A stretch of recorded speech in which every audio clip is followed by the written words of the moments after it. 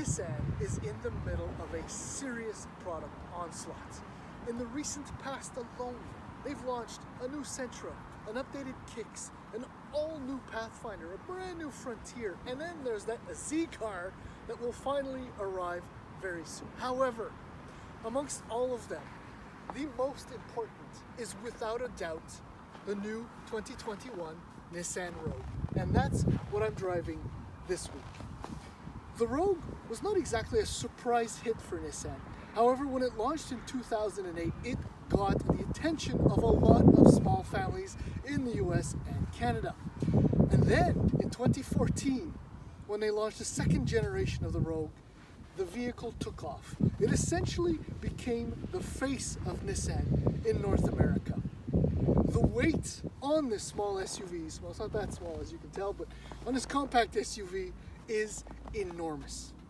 And I think what made the previous generation Rogues is that it was perfectly adequate. And I've said this about a number of Nissan products over the years, and wisely, Nissan has stuck to that recipe for the all-new Rogue. It's very interesting, but underwhelming at the same time. It's fascinating. So let's go for that usual walk around, and then we'll take it for a spin, because there are a lot of things to say about this relatively normal and average compact crossover. All right, so let's just start right away with pricing. The base S front-wheel drive model is $25,650 in the US, $28,498 in Canada. At the other end of the trim spectrum is the Platinum, which is $36,830 in the US. and Canada, $39,998. As far as the trim ladder itself, the US gets SL and SV, whereas Canada gets only the SV. Important to note, $2,300 is the cost for the optional all-wheel drive in Canada on both the S and SV. And obviously, if you ask me, it's an absolute must. What do you get in the base SUVs? You get an 8-inch display, Apple CarPlay, Android Auto, heated seats, heated steering wheel, 17-inch wheels, and a bunch of other features. So it's well equipped, right up there with its competition. Now, the Platinum at the very other end of that trim ladder, well, obviously you get what you pay for. 19-inch wheels, 12.3-inch digital display, wireless Apple CarPlay, Android Auto, Bose Audio, a 9-inch touchscreen display inside, Napa leather, power liftgate, and a bunch of other features. Now, as I complete my first lap around the 21 Rogue, I suppose we can say, or at least I think, that Nissan's done a great job as far as styling is concerned. I mean, they've beefed it up. It's got square shoulders, a broader front end. It's a far cry from the very timid first generation Rogue, and it's a nice evolution from the previous generation. If anything, what will help the Rogue's street cred is the fact that the brand new 2022 Pathfinder looks a lot like it, especially up front, and the overall profile of the SUV. Now, let's do the usual walk around. So as I mentioned, power liftgate, that's included with the Platinum. Speed of the opening is pretty good. Now, according to Nissan, it's a mess back here, obviously. According to Nissan, this reveals 1,028 liters of trunk space, or 36.8 cubic feet of space. Now, I did this so I wouldn't forget. And that there is storage under the floor. It's accessible, usable. It's not exactly fantastic or that user-friendly, so I'm having a hard time here. I have a hard time agreeing with 1,028 liters of trunk space. Or 36.8 cubic feet, but if anything, the opening is wide, it's reasonably deep, very accessible, so let's just say that it's a pretty good trunk size. Speaking of size, and that's what I like about the Rogue, is that, oh, my shadow is pretty terrible, there's a lot of space on the inside. You can see, I mean, look, just the space between the seat back of my seat in my driver's position and the kid's seat. There's plenty of room. You could almost fit a human adult, well, no, maybe another child between the two seats, but if you just look at the impressive amount of room down here, that's great. And you're starting to get an idea here of it's a Platinum. Actually, when I got into this SUV the first time, I was blown away by the quality. This is another wonderful detail. in this SUV. And yeah, when I opened the front door, I was blown away. This is Nissan not exactly doing what I said they usually do, which is make average vehicles. This is loading it up with some premium touches. I mean, I don't want to say that, you know, the quilting and the Napa leather seats is Aston Martin or Bentley like, but you know, you can see the inspiration. Do love like the smooth surface here, how everything kind of is beautifully assembled, contrast stitching. I mean, it looks great. So let's slide aboard. Actually, before I do, there's another wonderful touch. If you can see that, storage under the bridge. Start it up. Right, so that's here's the included with the Platinum 12.3-inch display.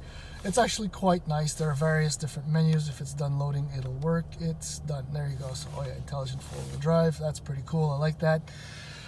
There's the 9-inch display, which is up an inch from the other models. I love the fact that there are actual knobs and the fact that these buttons are right there, easily accessible for your menus. HVAC controls, lovely. I'm just going to get ready for when I leave. That's standard, as I mentioned before. It's lovely. It works really, really well. Storage is, well, okay. I mean, there's your wireless charger. Can't do much else there. Cup holders, and Nissan is very proud of its butterfly opening storage. It's a good sized bin. Nothing entirely special. You could lose stuff here if you want. Okay, just to get a different angle on the dashboard. I mean, there's efforts in the design in making buyers feel like they're getting something a little bit more premium. Now, when it comes to visibility, it's actually quite good. I think you got a glimpse of that Bose audio speaker grill. There's enough room here so you can do that maneuver without worrying too much. Oh yeah, this is nice too. Nissan does a great job with their steering wheels. Flat bottom, great grip. It's nice and fat. There isn't anything wrong to say about the interior. In fact, it proves me wrong in a certain respect when I say that Nissan makes perfectly average products. On paper, and when you look at it this way, I'm lying. But when it gets to the drive, it kind of, well, you'll see. I'll explain to you right now. Let's go.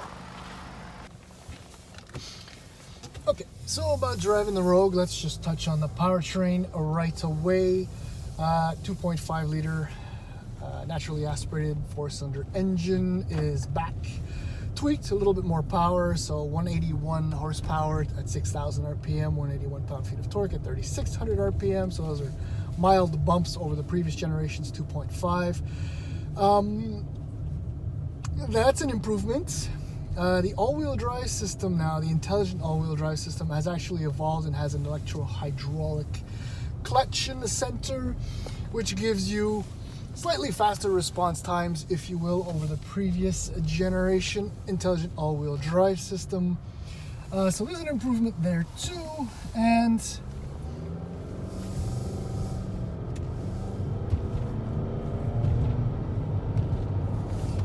I hate beating on this dead horse. It's been dead for 15 years almost, but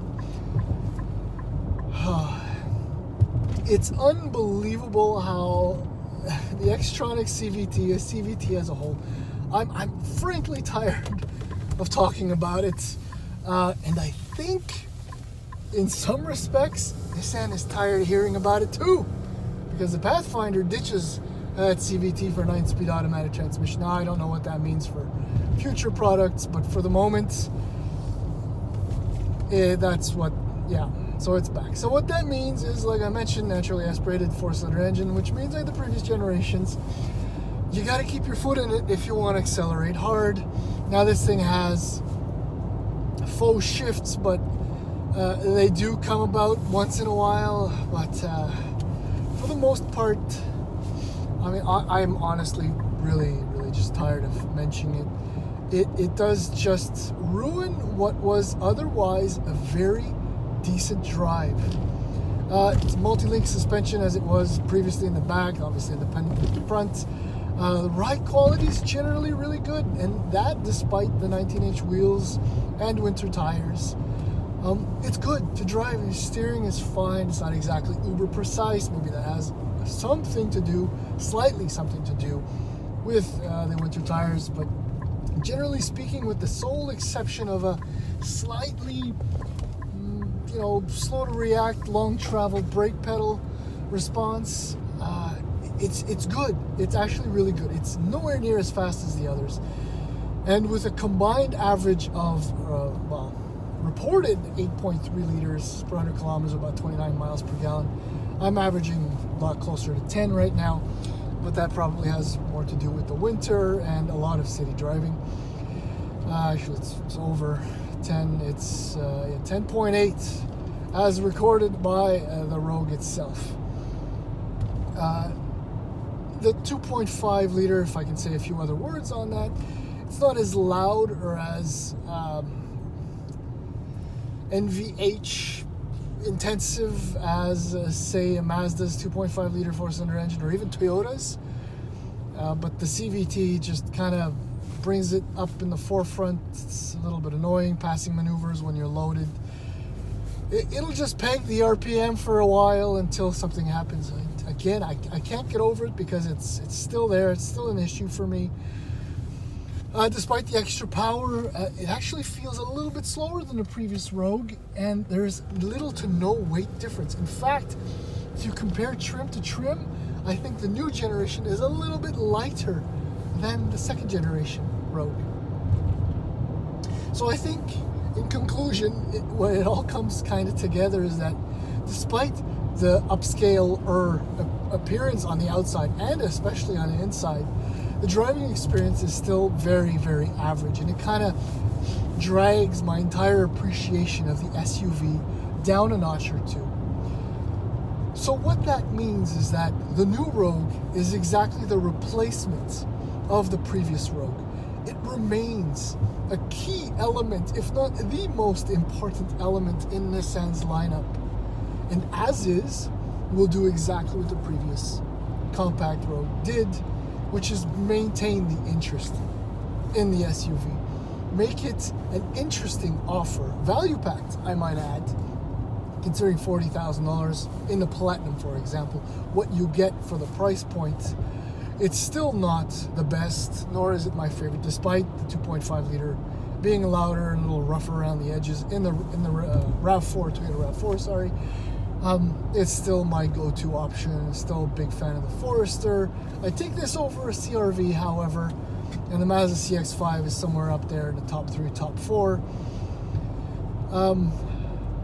So in conclusion, again, still a very worthwhile offering. I wish I could have driven an SV all-wheel drive because I'm convinced that's the better price point option, because it's like $3,000 or $4,000 cheaper than this.